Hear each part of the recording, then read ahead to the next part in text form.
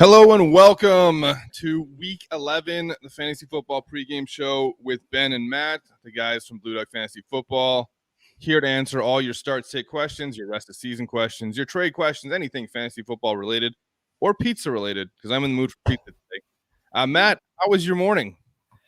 Eventful. It was pretty exciting. It was very eventful when Lamar Jackson was ruled out. Yeah. Came to the facility, looked like he was sick. It's not COVID, as they're saying. So he probably just had a nice late night drinking. Well, he has been sick almost all week. So that's what they say. He did practice on Friday, so I was kind of surprised when I saw that he was added back to the injury report yesterday. But yeah, I was expecting him to play through it. Yeah, me too. Thought maybe he'd just run back to the locker room, then come back out, and then be good to go. But before we get on to anything, let's talk about some other inactives. Allen Lazard is out, not the biggest loss, but it does add value to Randall Cobb and also to Devontae Adams, and probably see a lot more touches for A.J. Dillon as well. DPJ, that's Donovan Peoples-Jones, is out, not really a big factor there. That's going to be a Nick Chubb all-day game against the Lions' weak rush defense. Alvin Kamara is out. Allen Robinson is out. Good news for Darnell Mooney.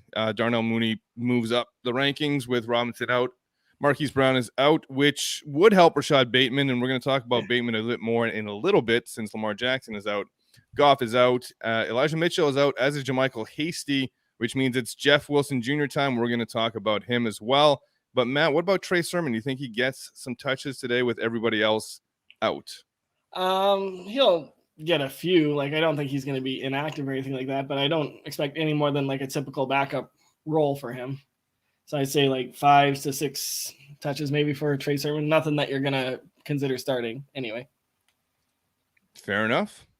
Let's get into the weather. Ooh. The always exciting weather update. So a little bit of wind and possibly some rain in Buffalo with the Colts, but nothing that's too dangerous that you're going to change anything. They've got a little bit of rain and wind for Baltimore, Chicago, but again, nothing too significant. And there's possibility for some a little bit heavier rain I'm seeing for the Tennessee game, but they're saying that's going to be later on in the game, so I wouldn't be changing anything. And then Cleveland possibly, but you're probably not starting too many players in that game that would change for passing anyway. Like you said, Nick Chubb, DeAndre Swift will, of course, go, and maybe TJ Hawkinson. Yeah, that's about it. I mean, there's nobody really else that you're going to be looking to start in that game. Jarvis Landry would be the only other possible person, and he hasn't been performing the last couple weeks. Been very disappointing to see him not getting the catches. So if you can fade him, fade him. Reaction to the Falcons getting skunked on Thursday night, Matt. Are you ready to say it one more time? That Matt Ryan's done? There he is. Matt Ryan's done. You've heard it here. Second time this year that Matt has said the other Matt is done. Their offensive line looks awful, to be fair to him, but that offense just looks bad. And we talked about it on Thursday during the day that Belichick will have a plan to shut down Kyle Pitts. So I hope you took that under on that prop we talked about. I took the over once Patterson was out. For crying out loud. And that's that. And the other thing to take from that game is I think it's a 50-50 with Stevenson and Harris. Yeah, pretty close. Yeah. They both look good running the ball, so it's tough to not use them both. Sucks for fantasy, but for them trying to win games. What do you think about Mac Jones? A lot of people thinking he's the best quarterback of the draft. Are you on this, or do you just think he's gone to the best team and he's just kind of gone to the best situation? Yeah. Yeah. I mean, I would still take Fields and Lance and Lawrence, and maybe Wilson, maybe. For fantasy purposes or for real life purposes? I think for both. Okay. Obviously Lance isn't starting, so for fantasy this year, no, but. Right. But just long term, on a team, if you were the general manager, you would rather have all those guys over Mac Jones. Yeah. Zach Wilson would be the closest one, I think. That's fair. Joe Flacco starting in place. I've taken the under on his passing yards. I saw that. But let's talk about some players that are coming back. One player coming back today is Chase Claypool. Roethlisberger looks to be a go. I saw a hilarious tweet about it. It said Roethlisberger is playing, and it's ooh, bad news for Steelers. But he's the best quarterback they have. Yeah. It's not Jeannie Bouchard's boyfriend's going to do anything when he's starting. He was terrible last week. I wonder if they're going to be a big player for Rodgers in the offseason. I would think so. Yeah. I would think that environment would fit him. It's a storied franchise, just like the one that you are wearing all the time. Same colors as the StreamYard logo. You can see the banner in the background. Big Packers fan. Well, that's why I'm wearing this colors for the StreamYard logo. Exactly. Yeah, representing StreamYard. And Mike Tomlin and Aaron Rodgers seem to be buddies, apparently. Who? Him and who? Mike Tomlin. Rodgers. I think Mike Tomlin's probably like friends with a lot of people. I've seen him on the McAfee show, and he seems to have like a good relationship. He's a player's coach, right? Like, so works out that way. Chase Claypool today, Matt. What do you expect from him coming back? How does this affect Pat Freiermuth? I mean, obviously a few less targets for Freiermuth. I would expect him to be in the, I'll say, wide receiver 25 neighborhood. So 25 borderline start. I mean, I would have had Bateman ahead of him prior to this morning, but now I would flip those two. Yeah, Bateman definitely sliding down the rankings a little bit here. But yeah, I mean, I would have him. Likely, I would start him if I had him, but and Freiermuth still okay, like still top 15. I mean, if that's who you're running with, that's who you're running with, right? Like if you don't have a great solid tight end, we're going to talk about some tight ends later. But let's talk about Jeff Wilson Jr. Obviously, he's the starter today with Elijah Mitchell out, JaMychal Hasty's out. We mentioned Trey Sermon usage probably going to get 5 or 6 touches. Jeff Wilson going to get like 20. Yeah, I mean, typical running back. And if that game goes to a blowout, which it could, then probably even more. But see how the Jaguars keep it relatively close so they can't. I think the Jaguars are a better team than we give them credit for, but on defense as well. So I think Jeff Wilson's a really solid start today, but I'm not going to go anything crazy with him. I'm not going to be putting him over some big names or anything like that. No. But definitely a very solid start. Now let's get to Rashad Bateman, who was looking like a very solid start with Hollywood Brown out, but now Lamar Jackson is out. The backup is Trace McSorley, I think, right? Trace McSorley. Apparently, I didn't think RG3 was still there, but I know they had Tyler Huntley, who also could be in the conversation. How do you feel about Rashad Bateman with Trace McSorley or whoever or Tyler Huntley? Like, would you start him now, or is he completely falling off? He's off. The only receiver I would maybe still start would be Andrews. I mean, I don't think you're taking him out if you have him because the backup will still look at a tight end. McSorley did okay when he came in for Jackson last year, I think it was. But yeah, for like half a game, and then the next game he was absolutely awful. So looking at the depth chart, they do have Huntley ahead of McSorley on our lads, but I don't know if that's official or who they're going to start. I will see if they have. Both are very they're like kind of run first quarterbacks, right? Especially Huntley. So it's the same offense they're going to run. It's just not going to be as explosive. I'll see if anybody tweeted who the actual starter is, but how does this affect Tyler Huntley? Tyler Huntley is starting. Yeah. So Rashad Bateman in the outside the 30s, 30 to 40 range. Yeah, probably 35 to 40. 35 to 40. Not in the low 30s anyway. I mean, Rashad Bateman or Randall Cobb in PPR, who would you rather start? I'd still start Bateman, I think, in that. Okay. But that's around the range we're getting to there, right? Like it's almost desperation range. Yeah, with a little bit of upside because I'm looking at him more like in the like the Cole Beasley type area. But you hate Cole Beasley. I do hate Cole Beasley, but we have him ranked only one spot apart for the first time ever. Oh, let's talk about some players that we don't have ranked one spot apart, and we're going to start off with my DFS quarterback, the man, the myth, the legend, Mr. Monday Night himself, Kirk Cousins. Matt, I got him at 12. You have him at 18. You're not comfortable starting him. What is it about the Green Bay defense that you think is going to shut down what has been a high-scoring team most of the season in the Vikings?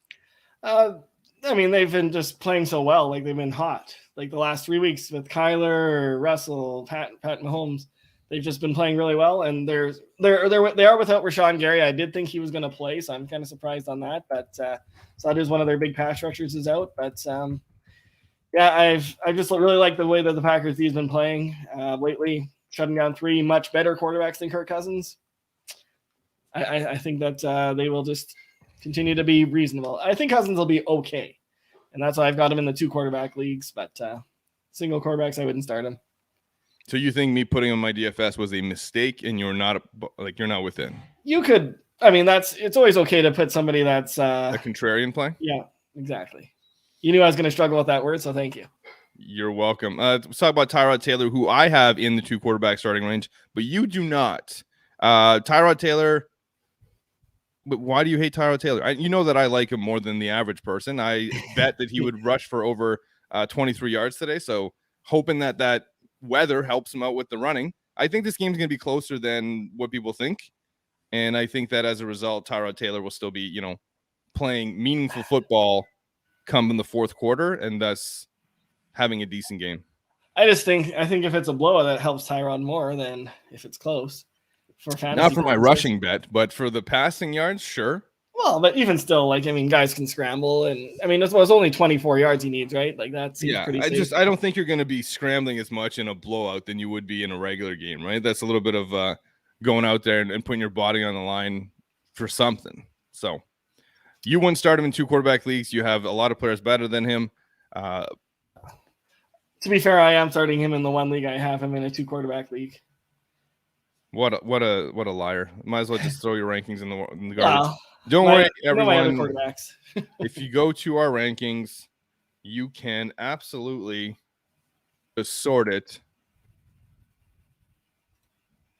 by whose rankings you want. So you just click here, and then you get all the rankings that you need. You can just cross off Matt's. You don't need them because clearly he is lying to everyone because he's starting Tyrod Taylor after saying not to start him. Well, so my other quarterback was supposed to be Deshaun Watson, and then I don't have. Well, that's your fault for getting Deshaun Watson. I told you not to get him. I told you just to get Pat Mahomes. Yeah. You needed 2. Next up, another quarterback, someone that you like, going up against a very tough defense today, and that's Carson Wentz against the Bills. Matt, you have him in the 15th spot. I have him as a sit. What is it about Wentz that you think he's going to do well against the Bills defense that has allowed 2 quarterbacks to pass for over 250 yards against them? And honestly, it might not even be a full 2. Yeah, that's 2 quarterbacks. Can you name them? Repeat the full question again. 2 quarterbacks have thrown for over 250 passing yards against the Bills. No one's thrown for over 300 passing yards. Can you name the quarterbacks? Well, I'd have to see their schedule at least. Sure. Let's put up the schedule for Matt. But a top 15 quarterback doesn't mean I like the player. Let's just clarify that. Well, compared to me, who absolutely hates him. Yeah, fair enough. But and that's all we're talking about them. They're going to be okay. All right, we got week 1 Steelers, then the Dolphins who got shut out, Washington, Texans who got shut out, Chiefs. Titans. Okay, I'd say maybe Tannehill there. No. I don't think Lawrence got hurt, so he didn't do it. And the game was 9-6. So. Yeah. He said 2 of those quarterbacks did it. 2 of the quarterbacks have done it over 250. Mahomes seems like an obvious answer, but I feel like that's trick. Correct. Okay. The next one is nowhere near as obvious. Okay. How about, I don't know, whoever was quarterback for Washington there, either Fitzpatrick or Heineke? The correct answer is Mike White. Oh, 251. Yeah, I had the 298 number, but I thought White played the whole game. I wasn't aware Flacco came in.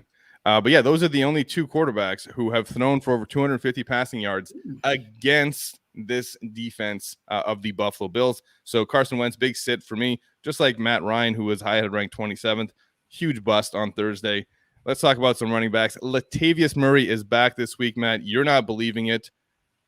Do you think this is because of Lamar Jackson, or do you think it's just because he's not going to get his usual workload compared to what he got before he got hurt? Yeah, I think it's like Devonta Freeman's come on too much that they're just going to go straight back to Latavius, I think. Because Latavius wasn't really killing it before he got hurt.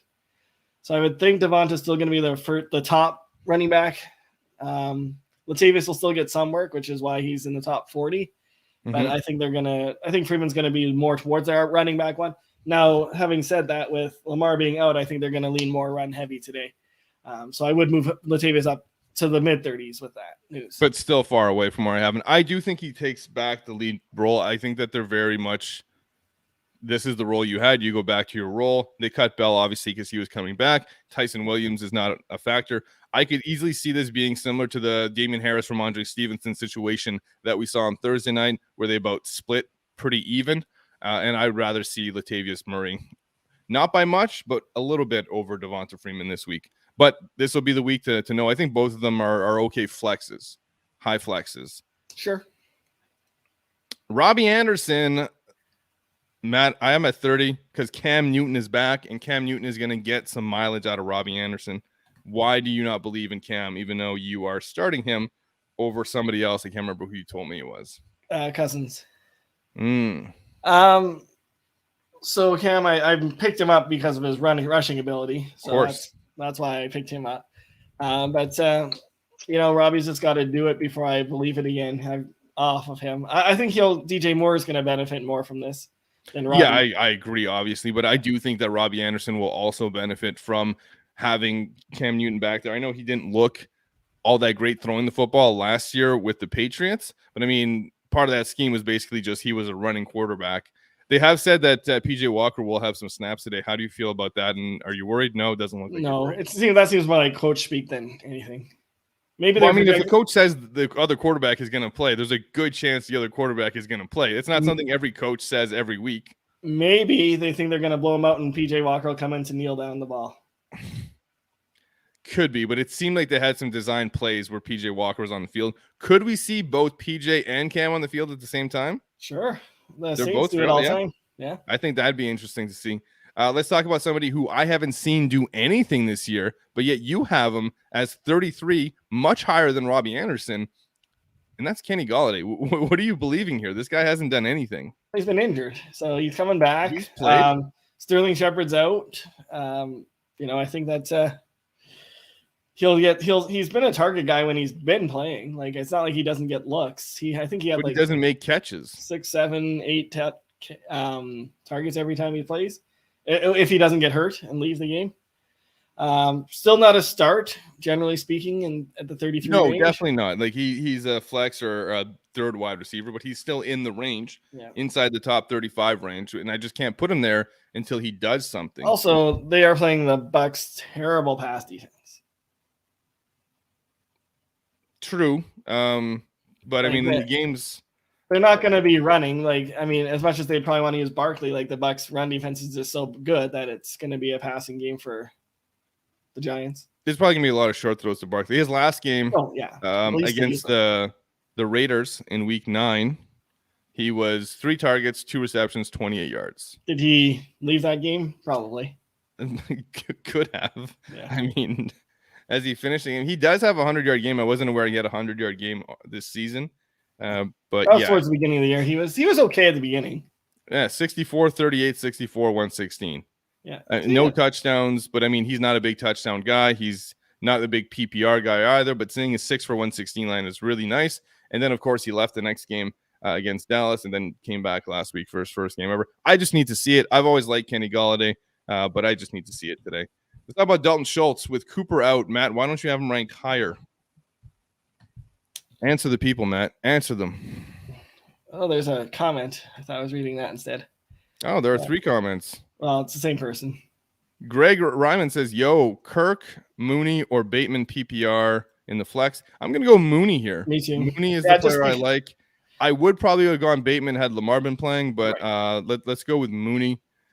And Kirk, I would have probably gone Kirk as well if Kyler was going too, but nah, I don't think I would have. Anyway, it's going to be Mooney with the quarterback situations for both the other two there. Yeah, I like Mooney there. Thanks for the question, Greg. If you can hit that like button and subscribe, we'd really appreciate it. Thanks, man. See if we have another question here. We did have some questions on Instagram earlier today. Ingram or Jacobs, PPR. Who would you go with? Mark Ingram, Josh Jacobs. I was going to say, I'm sure that's Mark, not Evan. I'm going to go Josh Jacobs. I went Ingram on that one. I'm not even big on Josh Jacobs, which but Ingram, New Orleans is missing their top, like their starting offensive tackles too. Yeah, I think he's just going to catch a lot of passes, though. It's the PPR that gives it to me. Had it not been non-PPR, I would have went Jacobs. But because it's PPR, I definitely see him catching more passes. Here was a very interesting one. Tony Jones, too, back there. Tony Jones is nothing. That's not a real person, all right? Hey. Not a factor.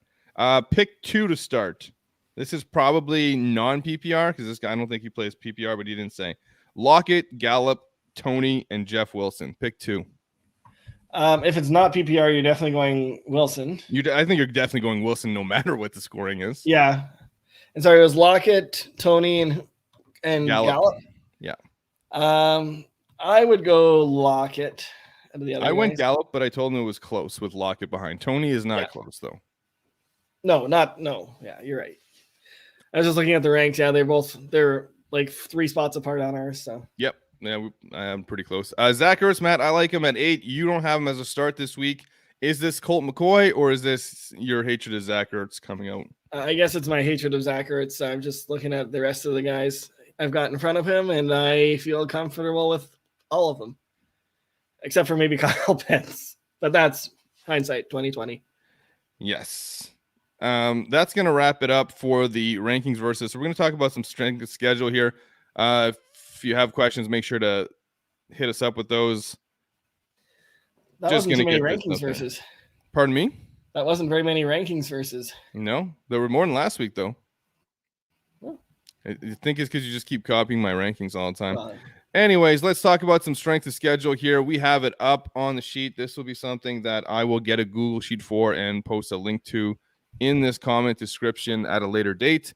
Looking here, this is quarterbacks, and these are the best schedules ranked by the last 3 games of the season. And that would be week 15, 16, 17. You can see the San Francisco plays the Falcons, the Titans, and then the Texans, which is a pretty nice schedule for Jimmy G. Maybe Trey Lance. Could Trey Lance be the guy by that point? Yeah, I don't think you're starting Jimmy G in the playoffs regardless of that schedule. What about Big Ben? That's, again, probably not, unless it's 2 quarterbacks, of course. Then they're both in 2 quarterbacks. These are fantastic second quarterbacks to have. But I guess the first name that comes out is going to be Jalen Hurts. He's not far behind. You can see here by the total scores. It's just basically taking how bad the defense is, and the higher the better. But Jalen Hurts, is this somebody, if you are playing in the league and you are comfortable, like 8-2 or whatever your record is, would you look to trade for a quarterback, or you just run with your quarterback? Likely just run with it. And if you're really nervous about an injury, I guess you can always get a decent backup, but I would generally speaking just run with my quarterback. Yeah, same. It's not something that I'd be looking to do as well, but when it comes to running backs, it's a different story. So Houston has the best schedule for the playoffs. They don't have a running back. Nope. Denver is interesting because they do have running backs, but they're splitting. And then Eckler, and then these guys are all kind of grouped together here. So if we're looking at Eckler, the Cowboys, David Montgomery, James Robinson, CEH, and then Darrell Henderson. Yeah. These are all people that are kind of, other than Eckler and Zeke, most of these running backs are kind of in that middle tier where they're not the top guys. So they are easily attainable. If you were looking to trade for one of them, which one would you like to have? Again, forget Zeke and Eckler, but let's talk Monty, Robinson, CEH, and Darrell Henderson. For me, the next guy would be Montgomery, but it's really close between him and Robinson. Like CEH is by far the lowest, and then Henderson would be before him. But just because CEH has got the injuries and they seem to not love using him a ton, so Henderson's like kind of the guy. Robinson and Montgomery are definitely the guys when they're active. So it's not situations where you're splitting, which is nice. Just that Javonte Williams and Melvin Gordon, which you had the Denver there, that's not ideal. Yeah. If you make it, you're still okay with them. So Montgomery, definitely somebody you're looking to trade for, especially in our Yahoo League where you offered me that trade yesterday that I thought was an absolutely awful trade, but then it wasn't as bad because I didn't see a player that was listed. Well, the trade deadline's done, so it doesn't matter anyway. Yeah, and I'm going for it. I'm all in on the season. So there were some backs right there. Montgomery, Darrell Henderson, James Robinson, to guys to look at who have the best schedules. Let's talk about some wide receivers and the strength of schedules for them going into the playoffs. Again, we see San Francisco at the top. Makes sense. Quarterback scores a lot of points. Wide receiver scores a lot of points.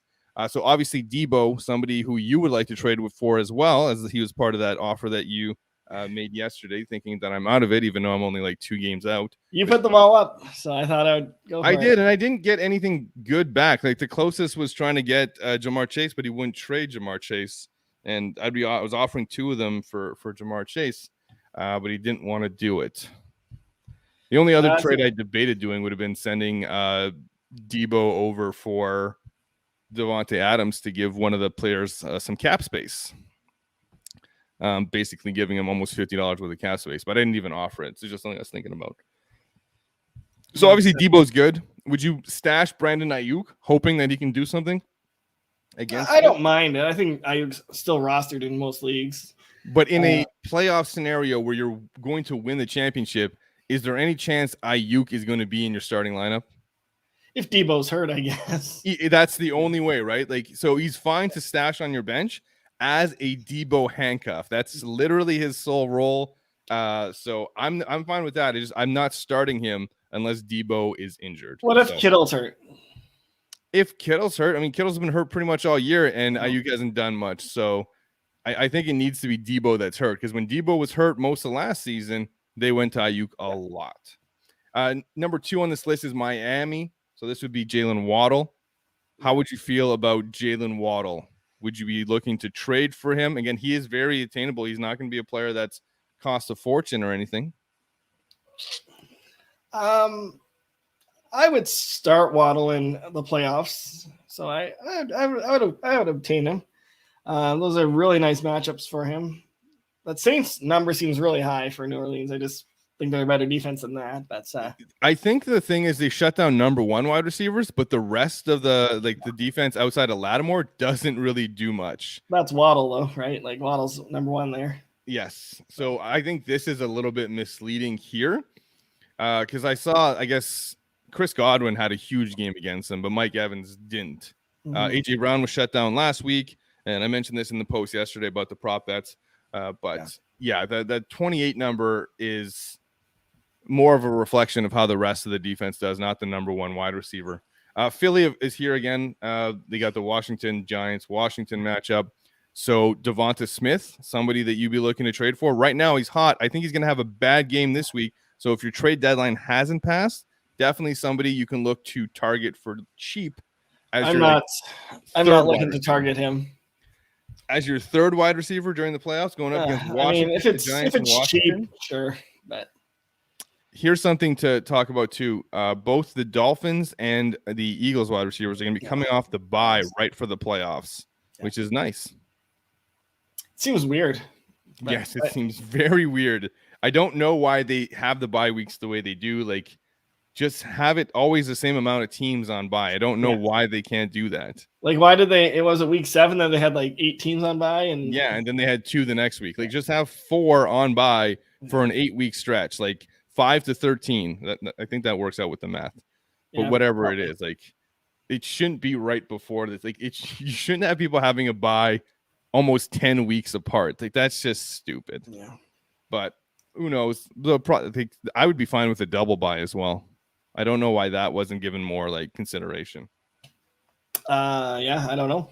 That was something they could have definitely done with the extended season, but so talk about Arizona. Obviously, Hopkins is the guy, and other than that, you really can't feel comfortable starting anyone regardless of the matchups. But with Hopkins being injured for 3 weeks, do you think that maybe you'd have a chance, or do you think it's a little bit too late to try and trade for him? I think you can still get him, because I think owners will still be frustrated with him not playing. But I think you should have done it like maybe his 2nd week being out, like not this week, the week before. I think that would have been probably the lowest point, because now people are going to be like, well, he's coming back.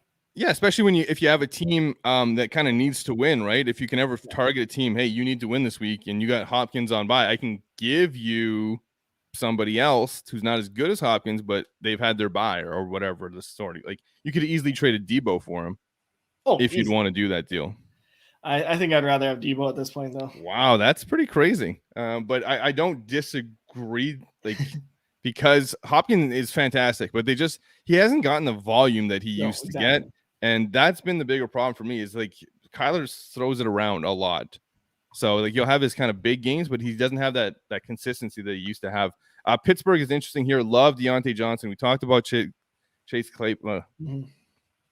Is it Chase Claypool or Clay Chasepool? Clay Chasepool. There we go. Clay Chasepool. He gets the Titans, who are the worst. KC, which you got to score against KC. Yeah. And then Cleveland, rivalry game after they lost last year, back-to-back weeks to them. So that's the only thing. If you're just worried about Roethlisberger, that's the only thing with that team.